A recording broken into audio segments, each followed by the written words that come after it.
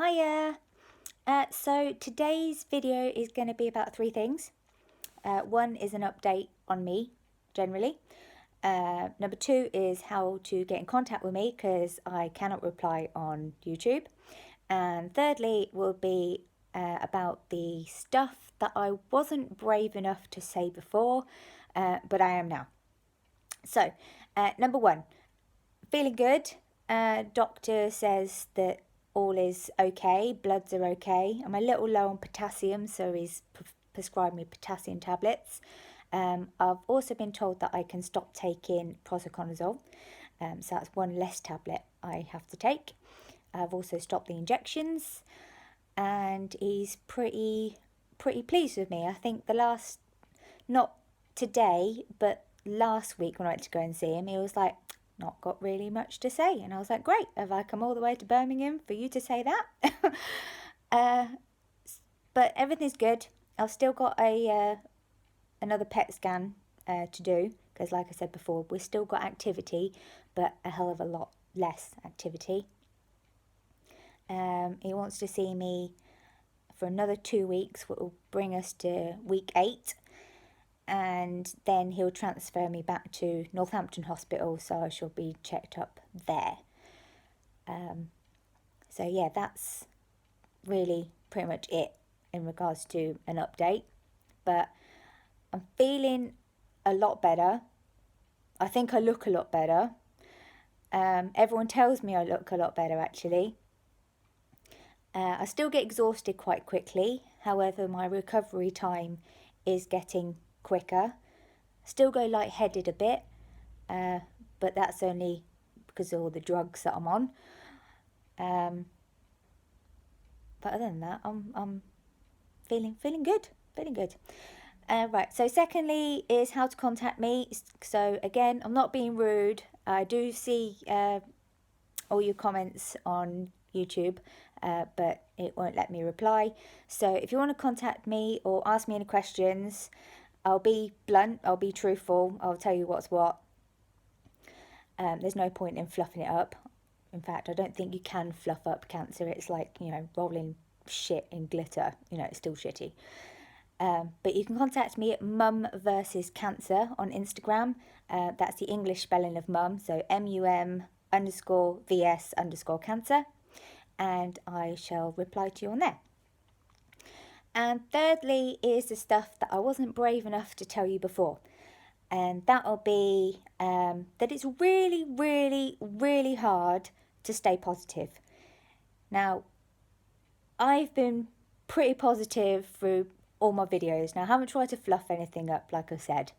But, when you get to rock bottom, and I'll explain in a minute what rock bottom is, you start thinking, shit, am I going to survive this? And I'm probably not the only one. In fact, I know I'm not the only one. When you start thinking, why me? What did I do to deserve this? You haven't done anything to deserve it. Cancer doesn't give a fuck. It doesn't care who you are, what you look like, what age you are. It'll get you anyway. So, yeah. So, well, I'll start from the beginning. So when I was first diagnosed, I didn't really think much of it, in all honesty. I was like, right, we'll just get rid of it. Because I got told that this is a cancer that's curable. I was like, brilliant. Okay, so treat it like a cold.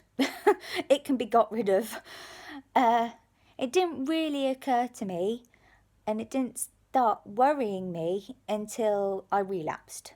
And I got told that chemo wasn't working for me, that would have to try something else. And that's when CAR-T therapy was first mentioned to me. So the day that I got told that I relapsed was the day that CAR-T therapy got approved from a trial therapy to an approved therapy. However, she did say that takes 3 months to be put through. You have to go through like a board for them to say, yes, you can have it, or no, you can't. And it all depends on what treatment you've already had. so on and so forth. I think you have to have at least 2 treatments before they even consider you. That obviously haven't worked previously. And she says, well, it takes 3 months, but we're going to have to give you something sooner. So I was like, shit, is this lady telling me that I've only got 3 months to live?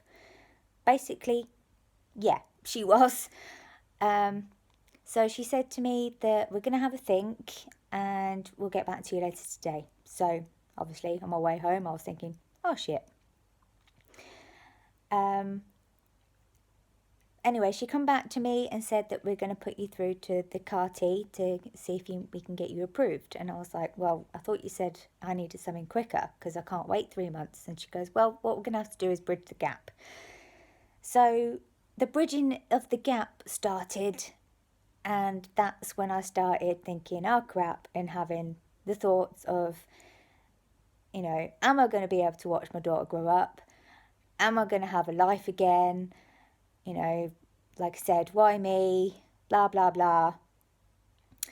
And I went downhill really, really, really quite quickly. They gave me chemo to bridge the gap, but like she said before, chemo isn't going to work for me. So I literally got poisoned for no reason because it did absolute jack shit. And then I was on the steroids for the pain and all that. And then I went into hospital for my arm because for some strange reason the lymphoma tumour was pushing on my vitals. But dispensing, or I don't know what word, but it put the pain in my shoulder for some strange reason. And then that's when I had the radiotherapy and so on and so forth. So, like I said before, I ended up in a wheelchair. You know, I'd look in the mirror and I'd think, oh my God, is that me? That, you know, I'd aged like a million years. And I thought, oh, fucking hell, you know, this is it. You know, if I keep going like this, I reckon I've only got about 2-3 weeks to live. And I was like, right, okay. And it got to the point actually where I actually said to my mum that I'm scared to go to sleep. And she goes, why? And I just looked at her and she goes, is it because you think that you might not wake up in the morning? And I was like, yeah, it is. That's how bad it got. But fortunately, a couple of days later, I got the phone call to say that, you know, we've got you a date for your CAR-T.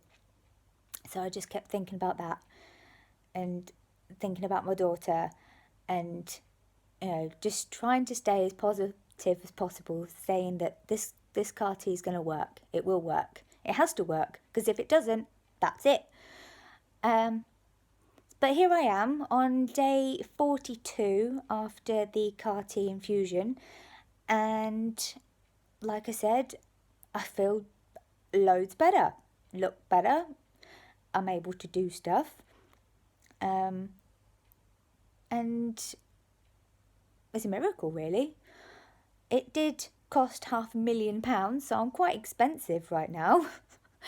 But I've got genetically modified cells going around my body, killing cancer.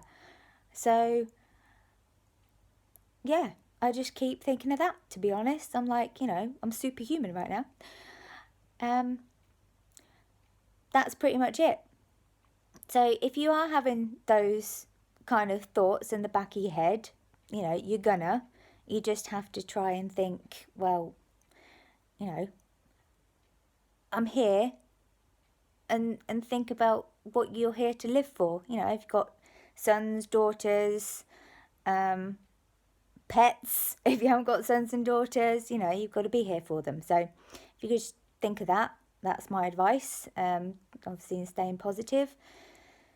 And yeah, I think that's probably it, because I've spoken for like 9 minutes and I'm starting to waffle. So, but yeah, like I said, if you want to contact me, I will answer your questions. Just follow me on Instagram. That's Mum versus Cancer. Thanks and bye.